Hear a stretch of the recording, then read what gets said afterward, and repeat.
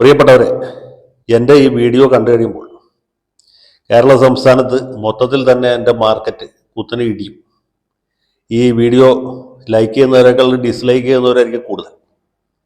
എന്നെ തെറി പറയുന്നവരുടെ എണ്ണത്തിൽ ഗണ്യമായ വർധനവുണ്ടാവും എന്നെനിക്കറിയാം. എന്നാൽ പോലും ഇത് പറയാതിരിക്കാൻ യാതൊരു നിവൃത്തിയില്ല.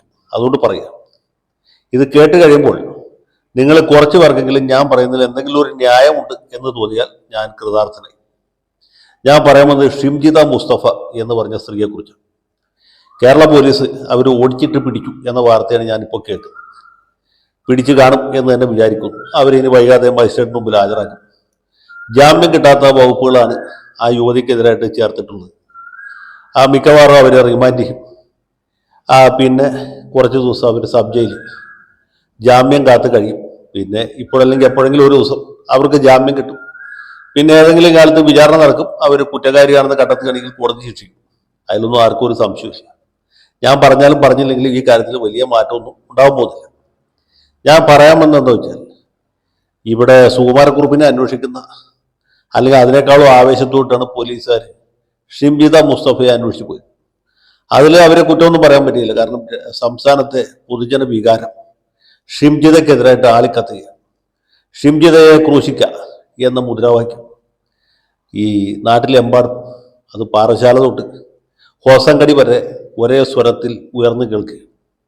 അവർക്ക് വേണ്ടി സംസാരിക്കാൻ ഇവിടെ ഒരാളില്ല.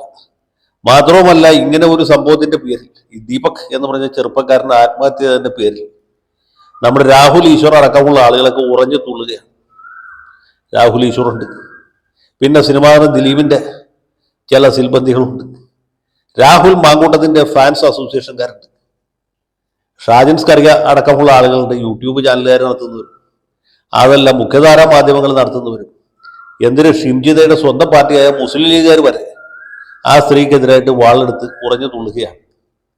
അപ്പൊ ഇങ്ങനെയുള്ള തമാശകൾ നമ്മുടെ നാട്ടിൽ അരങ്ങേറുമ്പോൾ ഞാൻ പറയാൻ പറ്റുന്ന ഒരു കാര്യം, ഈ ഏതെങ്കിലും ഒരു സമയത്ത് പ്രൈവറ്റ് ബസ്സിൽ പോട്ടെ, KSRTC ബസ്സിൽ യാത്ര ചെയ്തിട്ടുള്ള ഏതൊരു സ്ത്രീക്കും ഇതുപോലെയുള്ള ദുരനുഭവങ്ങൾ നേരിടേണ്ടി വന്നിട്ടുണ്ടാവും എന്ന കാര്യം എനിക്ക് ഉറപ്പാണ്. ഈ കാർ ടു കാർപ്പറ്റ് എന്ന രീതിയിൽ ജീവിക്കുന്ന സ്ത്രീകൾക്ക് അങ്ങനത്തെ ദുര്യോഗം ഒരുപക്ഷെ ഉണ്ടായിക്കാണില്ല. ഈ സ്വകാര്യ ബസ്സിലും KSRTC ബസ്സിലുമൊക്കെ കയറുന്ന പുരുഷന്മാർ എല്ലാവരും അല്ല, ചെറുതല്ലാത്ത ഒരു വിഭാഗം ഇതുപോലുള്ള കലാപരിപാടികൾ ചെയ്യുന്നതിൽ താല്പര്യമുള്ളതാണ്. ഇതിനു വേണ്ടി മാത്രം ബസ്സിൽ കയറുന്ന ആൾക്കാരുണ്ട്. ഇവിടെ ഷിംജിത എന്ന് പറഞ്ഞൊരു സ്ത്രീ, നിങ്ങൾ അവരുടെ ഒരു സാമൂഹ്യ പശ്ചാത്തലം പരിശോധിക്കും. അവർ നാദാപുരത്തിന് അടുത്ത്, വടകരക്കടുത്ത് ചേറോട് ചോറോട് എന്ന് പറയുന്ന സ്ഥലത്ത് താമസക്കാരിയാണ്, മുസ്ലിം ലീഗുകാരിയാണ്, ഒരു യാഥാസ്ഥിതിക ജീവിത പരിസരത്ത് നിന്ന് വരുന്നവരാണ്. 5 കൊല്ലം പഞ്ചായത്ത് മെമ്പറായിരുന്നു. അത് മുസ്ലിം ലീഗിന്റെ പാനൽ. മുസ്ലിം ലീഗ് മോശമാണെന്നുള്ള അർത്ഥത്തിലാണ് പറഞ്ഞത്. ഒരു DYFI കാരിയോ SFI കാരിയോ ഒന്നുമല്ല, അല്ലെങ്കിൽ വിപ്ലവ വിദ്യാർത്ഥി സംഘടനയിലെ അംഗവുമായിരുന്നില്ല, ഒരു ഫെമിനിസ്റ്റും അല്ല. അവരെന്തുകൊണ്ട് ഇങ്ങനൊരു വീഡിയോ എടുത്തു? നിങ്ങളൊന്ന് ആലോചിച്ചു. ഈ ജനിച്ച പിന്നെ ആദ്യമായിട്ട് കാണുന്ന ഒരാളുടെ വീഡിയോ എടുക്കാനുള്ള ചേതോവികാരത്തെ ഇവിടെ രാഹുൽ ഈശ്വറും അതുപോലെയുള്ള ആളുകളൊക്കെ പറയുന്നത് ഇവര് റീച്ച് കൂട്ടാൻ വേണ്ടി ചെയ്തു എന്നാണ്. റീച്ച് കൂട്ടാൻ വേറെ എന്തൊക്കെ നല്ല മാർഗങ്ങളുണ്ട് ഒന്ന് ആലോചിച്ച് നോക്കൂ. സാമൂഹ്യമായിട്ട്, അല്ലെങ്കിൽ സാമുദായികമായിട്ട്, രാഷ്ട്രീയമായിട്ട് അങ്ങനെ ഒരു പശ്ചാത്തലത്തിൽ നിന്ന് വരുന്ന ആളല്ല ഷിംജിത. ഒന്നാലോചിച്ചാൽ നമുക്ക് മനസ്സിലാവും. അവർക്ക് ഭർത്താവുണ്ട്, കുടുംബമുണ്ട്, പാർട്ടിയുണ്ട്, സമുദായമുണ്ട്. ഇങ്ങനെ ഒരു വീഡിയോ എടുത്ത് ഫേസ്ബുക്കിലിട്ടാൽ, അല്ലെങ്കിൽ സോഷ്യൽ മീഡിയയിൽ പോസ്റ്റ് ചെയ്താൽ അവരെ കുറ്റപ്പെടുത്താനുള്ള സാഹചര്യമാണ് നമ്മുടെ നാട്ടിൽ കൂടുതലുള്ളത്. അവൾക്ക് വല്ലാത്ത അസുഖമായതുകൊണ്ടാണ് ബസ്സിൽ കയറി വീഡിയോ എടുത്ത് എന്ന രീതിയിലുള്ള വ്യാഖ്യാനം ഇവിടെ പരന്നു പിടിക്കും എന്ന കാര്യത്തിൽ എനിക്ക് ആ ഒരു സംശയമില്ല. നിങ്ങൾ ചിലപ്പോൾ അങ്ങനെ ചെയ്യുമായിരിക്കില്ല, പക്ഷെ അങ്ങനെ ചെയ്യുന്ന ധാരാളം ആളുകൾ നമ്മുടെ നാട്ടിലുണ്ട്. ഇപ്പൊ ഈ രാഹുൽ മാങ്കൂട്ടത്തിൽ തന്നെ പീഡിപ്പിച്ച സ്ത്രീകളെ കുറിച്ച് എന്തൊക്കെ അസംബന്ധമാണ്, എന്തൊക്കെ അനാവശ്യമാണ്, എന്തൊക്കെ തോന്നിവാസമാണ് ഇവിടെ ഓരോരുത്തരും അടിച്ചു വിട്ടുകൊണ്ടിരിക്കുന്നത്. ഇവർക്ക് ആർക്കും ഈ സ്ത്രീകളെ പരിചയമില്ല. അത് കേൾക്കുമ്പോഴേക്കും അവള് പിഴച്ചവളാണ്, കൊള്ളരാത്തവളാണ്. അവളുടെ കുഴപ്പം കൊണ്ടാണ് ഈ രാഹുൽ എന്ന് പറഞ്ഞ ശുദ്ധഗതിക്കാരനായ, സാധുവായ, വായിൽ വിരലിട്ടാ കടിക്കാത്ത ചെറുപ്പക്കാരൻ ഇങ്ങനെ ഒരു കലാപരിപാടിക്ക് പോയത് എന്ന രീതിയിലുള്ള വ്യാഖ്യാനങ്ങൾ, അത് പിന്നെ പേടാണെന്ന് വിചാരിക്കാം. അത് ചെയ്യുന്നവരുണ്ട്. പിന്നെ രാഹുൽ ഈശ്വറിനെ പോലെയുള്ള എണ്ണം കെട്ടവന്മാരുണ്ട്, എരപ്പാളികളുണ്ട്, വെറും തെണ്ടികളുണ്ട്.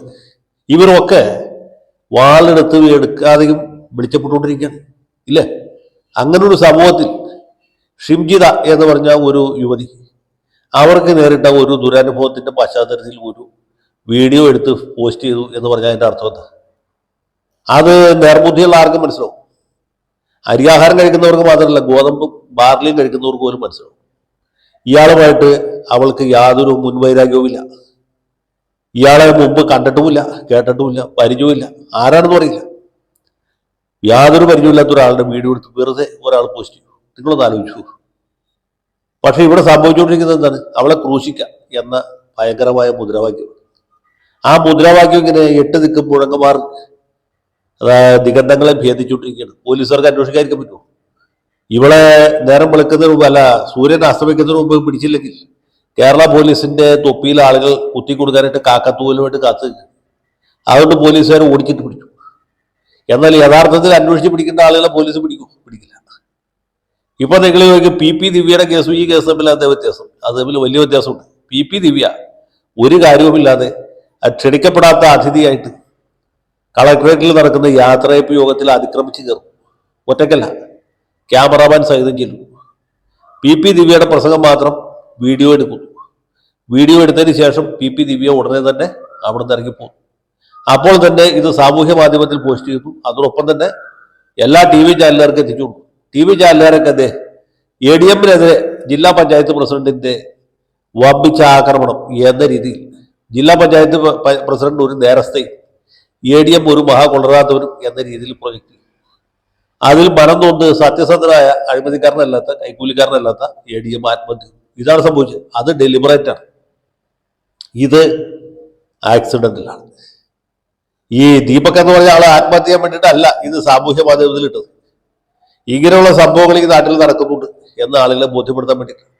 അത് കണ്ടിട്ടെങ്കിലും ചിലർ അടുത്ത ബസ്സിൽ കയറുമ്പോഴെങ്കിലും മാന്യത പുലർത്തും എന്ന് പ്രതീക്ഷിച്ചിട്ടാണ്. അല്ലാണ്ട് അയാളെ കൊല്ലാൻ വേണ്ടിയിട്ട് ഇങ്ങനെ വീഡിയോ എടുത്താൽ, കൊല്ലാൻ വേണ്ടിയിട്ടാണെങ്കിൽ വേറെ എന്തൊക്കെ നല്ല മാർഗങ്ങളുണ്ട്, അല്ലെങ്കിൽ കൊല്ലാൻ വേറെ എത്രയോ നല്ല ആളുകളുണ്ട്, ഇതിനേക്കാൾ യോഗ്യതയുള്ള വേറെ എത്രയോ പേരുണ്ട് ഇല്ലേ? അപ്പൊ സംഭവിച്ചിട്ടുള്ള ഇതാണ്. പക്ഷെ നമ്മുടെ നാട്ടിലെ പുരുഷന്മാർ പറഞ്ഞാൽ നമുക്ക് പിന്നെ മനസ്സിലാക്കും. രാഹുൽ ഈശ്വറിനെ പോലുള്ള ഇരപ്പാളികൾ പറഞ്ഞാൽ മനസ്സിലാക്കും. അവർക്കൊക്കെ വേറെ ജോലിയില്ല. മറിച്ച് ഈ സ്ത്രീകളുടെ അവകാശങ്ങൾക്ക് വേണ്ടി പോരാടുന്ന മാന്യ മഹിളകൾ പോലും ഇങ്ങനെ ഒരു ആശയം മുന്നോട്ട് വയ്ക്കുന്നത് കാണുമ്പോൾ സത്യത്തിൽ വിഷമമാണ് തോന്നുന്നത്.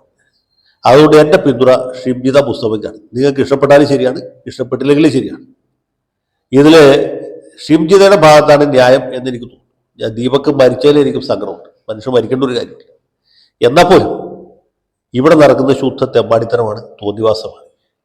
ഷിംജിത കുറ്റം ചെയ്തിട്ടുണ്ടെങ്കിൽ അവരെ കോടതി കുറ്റക്കാരി എന്ന് വിധിക്കട്ടെ, ശിക്ഷിക്കട്ടെ. അതിനു മുമ്പ് ആളുകൾ ഇങ്ങനെ വാളെടുത്ത് വെളിച്ചപ്പെടുന്ന യാതൊരു കാര്യവുമില്ല. ഇനി ഇതിൽ പ്രതിഷേധമുള്ളവർക്ക് ഇതിൻ്റെ അടിയിൽ വന്ന് പ്രതിഷേധിക്കാം. നിങ്ങൾ പ്രതിഷേധിച്ചാലും എനിക്ക് പുല്ലാണ്. ജയ് ഹിന്ദ്.